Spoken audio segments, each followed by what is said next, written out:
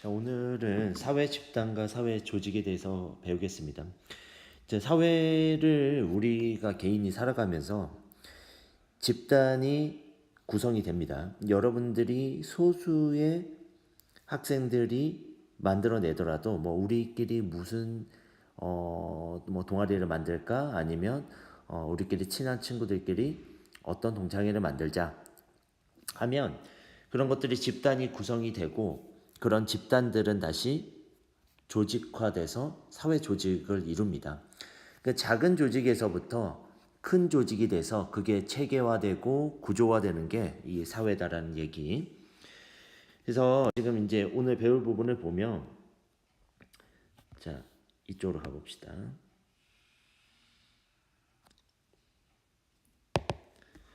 자, 사회 집단은 무엇일까? 뜻에 대해서 먼저 한번 보겠습니다. 자, 여기서 말하는 그대로예요. 그러니까 사람은 태어나고 성장한다. 당연한 겁니다. 근데 다양한 사회 집단에 소속될 수밖에 없다. 이렇게 봅니다. 여러분들이 가끔 이런 생각을 하거나 얘기를 합니다. 저는 구속받고 싶지 않다. 어떤 집단에도 속하고 싶지 않습니다. 가끔 보면 TV에 보면 자연인이라 그래가지고 산속에 파묻혀가지고 자신의 삶을 돌이켜보고 반성하면서 아니면 그냥 혼자 고립돼서 살아가는 사람을 본 적이 있습니다. 그 TV를 보면서 어떤 사람은 이렇게 생각하고 또 다른 사람은 또 다른 방법으로 생각할지도 몰라요. 두 가지 방법에서 한 가지는 나도 저렇게 혼자 살아보고 싶다라는 생각을 하는 사람도 있을 겁니다. 그런 사람들이 다수의 시청자가 될 수도 있고요. 거꾸로 반대로 보면 어떤 방송이나 TV 프로그램을 볼 때 비판적으로 바라보는 사람도 있을 겁니다. 왜?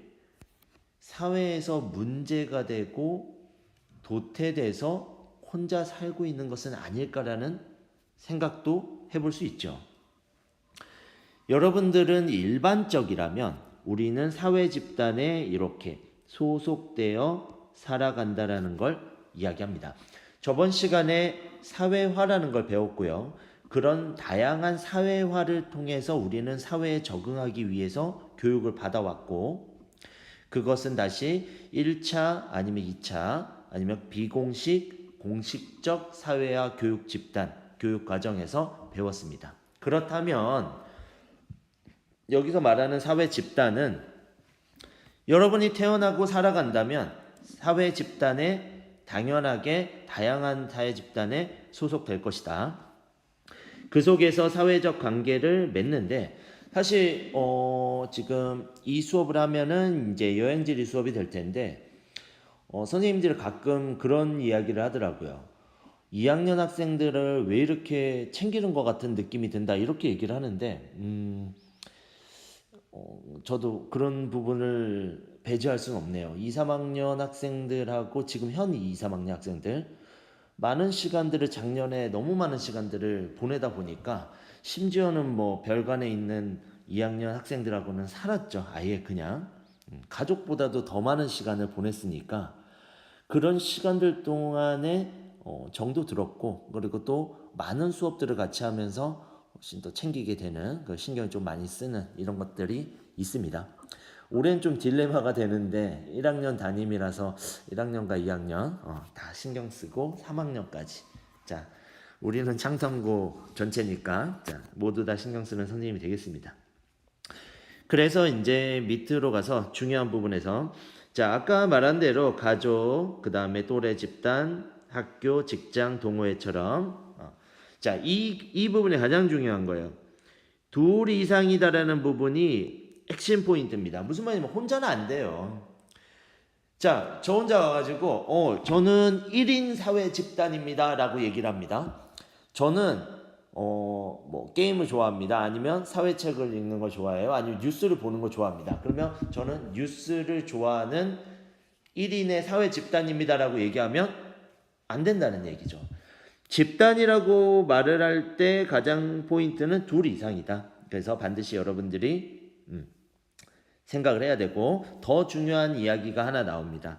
여기에 뭐가 나오냐면 지속적인 상호작용을 한다. 자, 그럼 이렇게 얘기를 할게요.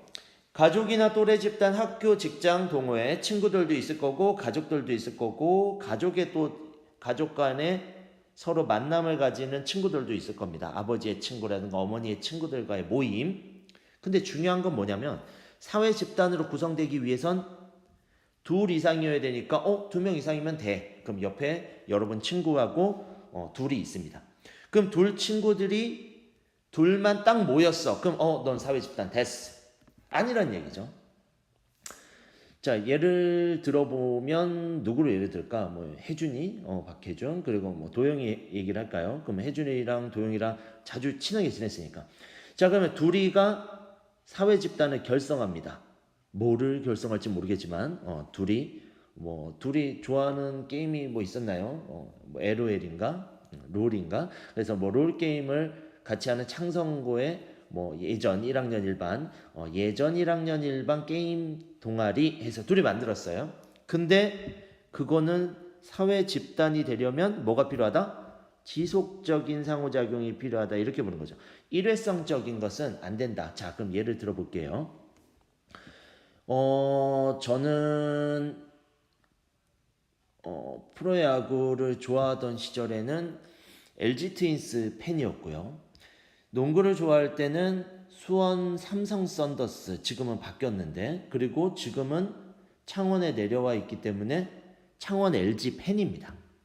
근데 창원 LG 서포터즈라는 게 있는데 그게 사회 조직으로 인정받으려면 서포터즈가 저는 한 번만 서포터즈가 우리는 1회성 5월 1일 날 단 한 번만 활동합니다 하면 사회 집단이 될 수 없습니다. 근데 서포터즈를 구성하고 창원 LG가 있는 경기는 매번 참여하는 서포터즈입니다라고 하면 사회 집단에 들어간다. 이렇게 보는 겁니다. 그러면 개념 어렵지 않을 거라고 봐요. 다음으로도 한번 넘어가 보겠습니다. 자, 사회 집단은 둘로 나뉩니다.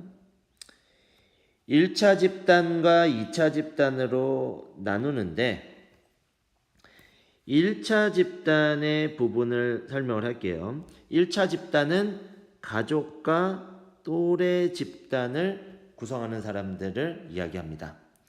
자, 그러면 이 집단에는 전인격적인 인간관계를 가진다. 자, 여러분 생각을 해봅시다. 가족이나 또래 집단, 친구란 얘기죠, 일종의. 그러면 이 둘의 이런 가족이나 친구들은 터놓고 지내죠. 그게 전인격적이란 얘기야.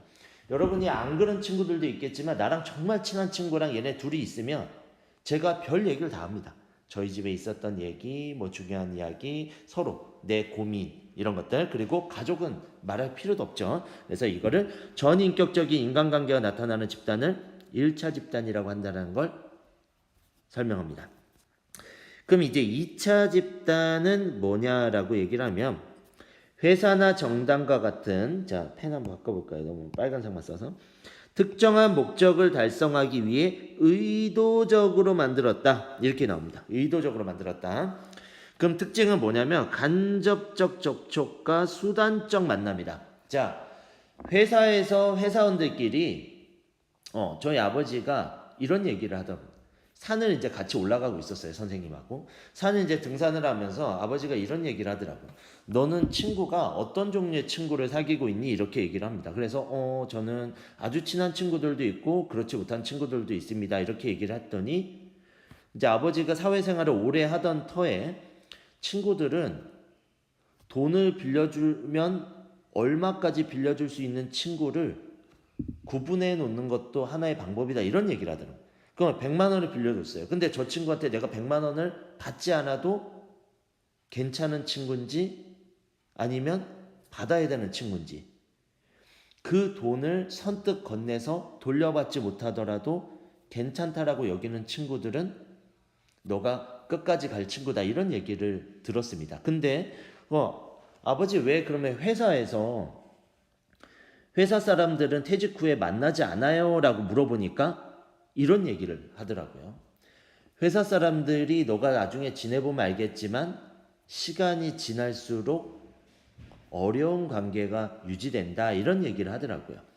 왜 그런지를 한번 곰곰이 생각해 봤더니 역시나 간접적 접촉과 수단적 만남이었기 때문인지 않았을까. 그러니까 친구들은 대가가 없더라도 고등학교 때 야 친구들 저 이번 주 일요일 날 공찰래 하고 축구할래 이렇게 하면 아무 관계 없이 아무 다른 거 없이 수단적인 거 없이 그냥 모두 다 모입니다.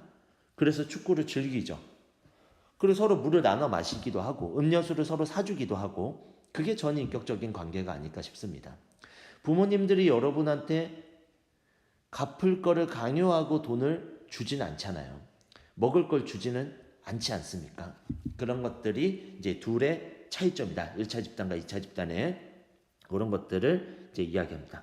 그러면 이제 거꾸로 밑으로 내려가서 그러면 공동사회와 이익사회는 무엇일까라는 걸 보면 자 이렇게 보면 됩니다. 자 결합의지라 그랬어요. 자 결합의지 여기다 별표를 한번 쳐볼게요.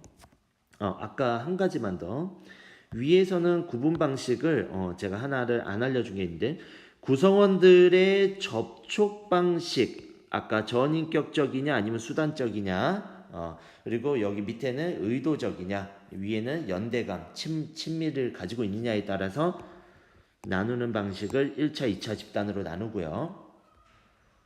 그 다음에 밑으로 가서 이제 공동사회와 이익사회에서는 결합의지에 따라서 우리가 구분하는 걸 우리는 공동사회, 이익사회로 나눌 수 있습니다. 그럼 이제 공동사회는 뭐냐? 이게 나옵니다. 자연적이고 자연 발생적이어야 된다는 얘기야. 그리고 본질적이어야 돼. 본질적.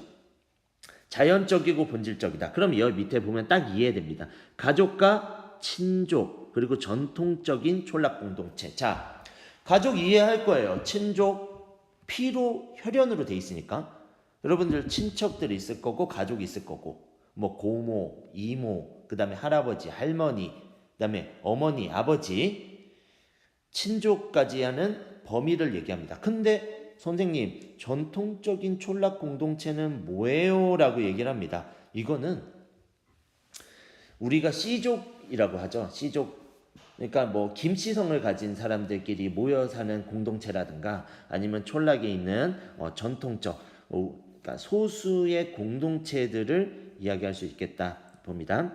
자 그러면 이제 여기서 중요한 부분 나와요. 결합 자체가 목적이다 이런 얘기가 나옵니다. 그냥 순수하게 가족이라는 가족 모임 자체, 친족이라는 친족 모임 자체가 목적이란 얘기예요. 그만큼 친밀하고 정서적이며 협동심이 강하게 나타난다. 자, 이해가 쉬울 겁니다. 친족 모임 했으니까.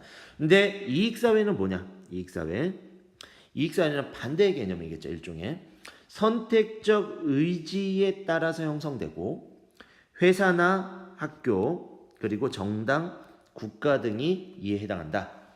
상당히 이해타산적이며 목적지향적이다 이렇게 얘기합니다. 자, 지금 이렇게 다양하게 사회 집단을 구분하는 이유는 한 가지입니다. 가족과 친구와 회사, 학교, 그 다음에 여러 집단들을 구분할 수 있는 단 한 가지의 기준은 없다는 얘기예요. 다양한 사회적인 부분에 따라 나누는 방식이 여러 개로 나눌 수밖에 없다라는 걸 설명하고 있는 겁니다. 자, 그래서 여기서는 결합의지, 자발적이고 그냥 무조건 본질적으로 될 수밖에 없느냐? 아니면 여기서 말한 대로 지금 선택적 의지에 따라서 가입을 했느냐에 따라서 이런 공동사회, 이익사회를 나눈다는 걸 이제 설명합니다. 자, 그럼 그리고 나서 자 넘어갈게요. 다음으로 복습을 가면 우리는 1차, 2차 집단에서는 접촉 방식에 따라서 쿨리의 접촉 방식에 따라 이야기하는 부분, 구성원들 간의 접촉 방식, 그리고 테니스의 공동사회와 이익사회 결합 의지에 따라서 바뀐다라는 부분. 자, 마지막 세 가지예요. 그러니까 세 가지 방법으로 돼 있는 거니까 이 세 가지만 잘 보면 됩니다. 자, 이제는 자, 여기 또 별표. 자, 소속감의 유무라고 돼 있죠. EBS에서 개념 강의를 다 들었고, 자, 학자들에 대해서 얘기를 했기 때문에 이걸 암기 측면에서 가지 않고 이해 측면에서 교과서는 정리하겠습니다. 자, 그러면 소속감의 유무에 따라서 우리는 내 집단과 외 집단으로 분류한다라는 걸 설명합니다. 자, 그럼 내 집단은 공동체 의식이 강하다. 자, 소속감을 느낀다는 건 어떤 거냐면 이런 거예요. 자, 설명을 하겠습니다. 이 외 집단과 내 집단에 대해서 좀 쉽게 설명을 하면, 자, 우리가 체육대회 작년에 했죠. 우리 여행지리 참 그 수강생들. 작년에 1학년 1반, 만약에 1학년 1반과 1학년 2반을 나눴다면, 자, 축구대회를 합니다. 1반 대 2반 딱 축구대회를 하면 어떻게 돼요? 1학년 1반 학생들은 1학년 1반에 내 집단을 느낍니다. 우리 집단이란 얘기야. 우리 이겨라. 1학년 2반은 1학년 2반대로 응원할 거야. 우리 반 이겨라고. 근데 이게 바뀝니다. 축구대회가 1학년 대 2학년으로 바뀌어요. 그러면 방금 1학년 1반과 1학년 2반은 다시 뭐가 됩니까? 내 집단이 된다는 얘기야. 1학년 이겨라로 바뀌는 거야, 응원이. 그리고 창성고와 다른 학교가 붙는다고 칩시다. 그러면 뭐야? 1학년, 2학년, 3학년이 모두 다 창성고를 내 집단으로 여기겠죠. 그러니까 내가 속해 있는 집단이 내 집단이고 내가 속해 있지 않는 집단을 우리가 외 집단이라고 한다는 걸 이야기합니다. 하지만 소속되어 있지 않더라도 내 집단이라는 것을 내가 생각을 하면 내 집단이 될 수 있다라는 예외를 이제 설명하고 가는 거예요. 그래서 이런 부분을 한 번쯤은 구분하면서 문제를 풀어보면서 확인할 필요가 있다.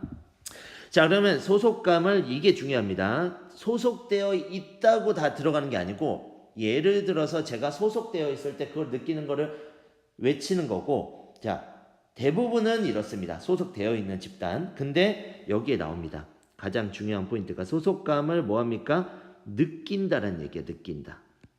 자, 내가 1학년 1반에 속했더라도 나는 저 친구랑 너무 친해. 그래서 1학년 2반을 막 욕을 하면서 난 응원하고 싶지 않아. 근데 내 마음속은, 자, 내가 만약에 여기서 내가 남의 제1고였어요. 자, 근데 여긴 창성고야. 근데 창성고에 있는데 남의 제1고에 친구가 있다. 근데 그들의 집단도 응원하고 싶어. 내 친구가 같이 다니고 있는 학교니까. 그러면 저쪽에도 내 집단을 느낄 수 있고. 왜? 내 생각에 따라서. 근데 대부분의 99.9%는 내가 속하고 있는 집단을 내 집단으로 여기는 경우가 많다라는 부분을 이야기합니다. 자, 그럼 외 집단은 뭐냐? 소속감을 갖지 않는다는 얘기야. 갖지 않는다.